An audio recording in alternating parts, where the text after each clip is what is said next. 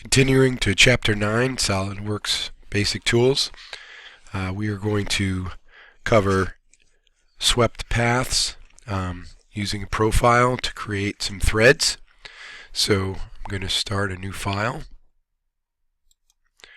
and once again we're sticking with my template of ANSI standards to 3 decimal places. I'm on page 9-3, and we're going to start on the front plane, create a sketch, and oops. Okay, begin by putting a center line in off of the origin.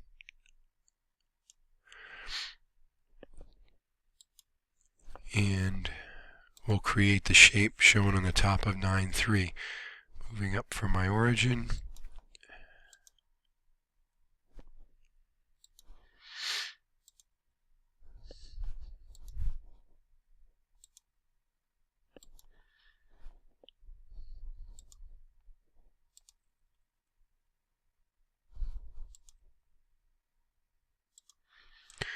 moving on and adding some, oops, got a little extra line there. Let me get rid of that. I'm going to add some dimensions off of our origin point here. Oops, I think I accidentally exited out of my sketch. Here we go. Did that again.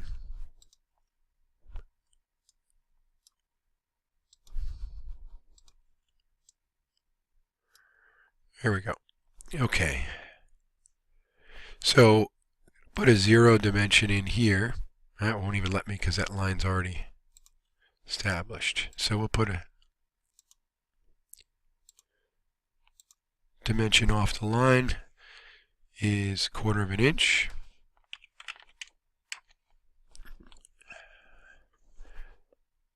Half an inch.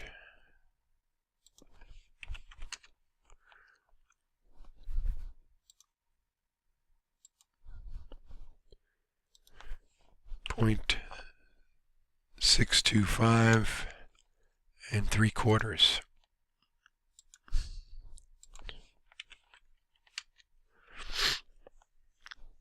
Okay, we'll put some dimensions along the bottom. It's 0.3. Oops. Undo that. Try that again.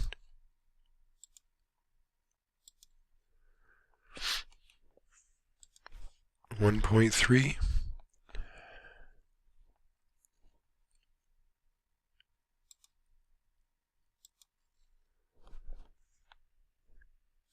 Three inches.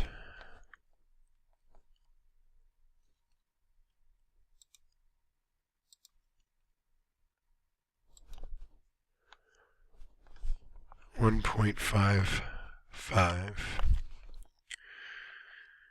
This line needs to have a collinear relationship here, so I'm going to get out of that tool, control and select these 2 lines and select collinear, and that should fully define my sketch.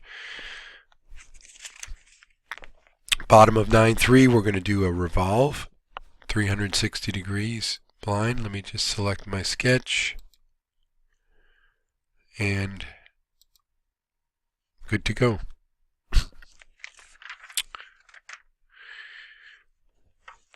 Create a new sketch on this plane, and we're going to convert some entities. This line right here, which is going to be what we use. Oops, let me try that again. There we go. I accidentally converted. I'm going to undo what I just did. I got 2 things converted. I don't want it. So we'll create a sketch here.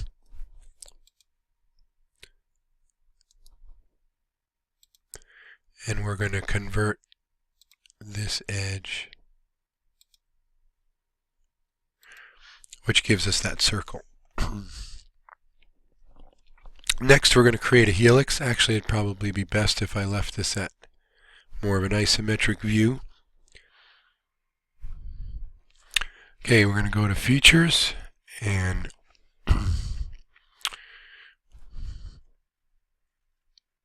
under Curves, we're going to select the helix. We have a dialog box. We're going to go with a constant pitch of 0.125. Reverse direction, we want 11 threads. 0 degrees for our start angle. And we're going clockwise. That looks correct. That helix that we just drew is the path that's going to be used to make the thread. Next we need to draw the profile that's going to follow that path. So moving on to 9.5, we're going to create the profile shown in the middle of the page. First we need to select the top plane and create a sketch. I'm going to go normal to that, and we're going to now draw the tooth of the threads. So there's a vertical line shown, and ultimately the middle bottom of the triangle is going to be riding on this circle. So I'm going to try to draw it close to that now. So let me grab a center line and go straight up from here. I could turn on my dynamic mirror, I suppose, and we can draw a line out.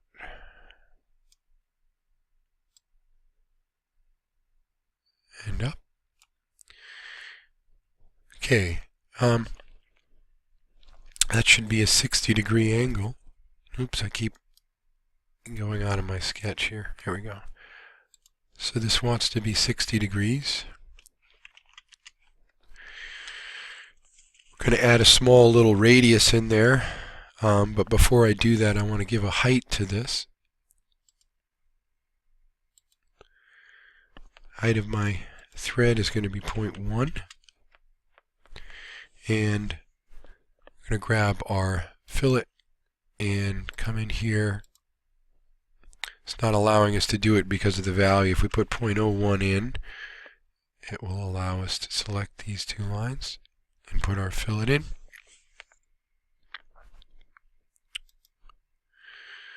I believe we're good to go. We have our profile that's going to follow that helix path. The book talks about adding a Pierce relationship between the endpoint of the center line and the helix. I believe we already have that. You can possibly check by holding the control button and selecting the helix in this point, and we'll add a Pierce relationship. I suppose it was not one. Alright, on to 9-6. We're going to exit our sketch. And under Features, we're going to select the swept path.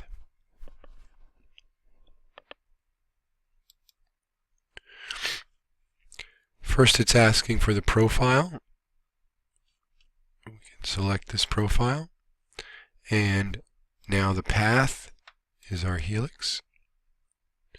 You can see our threads. Oops, this was supposed to be a cut. Let me cancel out of that. So we want to do a swept cut, which is this option. We're removing material to create the threads on this portion. So once again we select our profile and select our path, and now this is going to act like a cutter blade and put some threads on this portion of our part. Pretty slick. This part has similar threads on the other side but are left-handed, so we're going to use our mirror command and create the second half of this. We want to select all, select the part as well,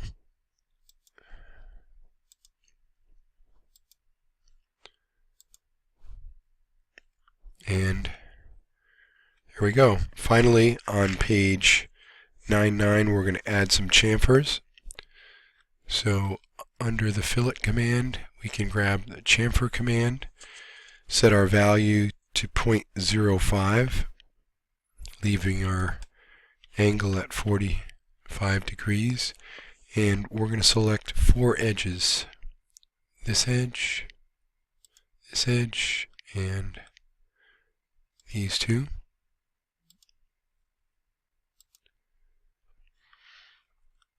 Okay, I'm going to save this part. Last name, first initial, Chap9, and this is threaded insert.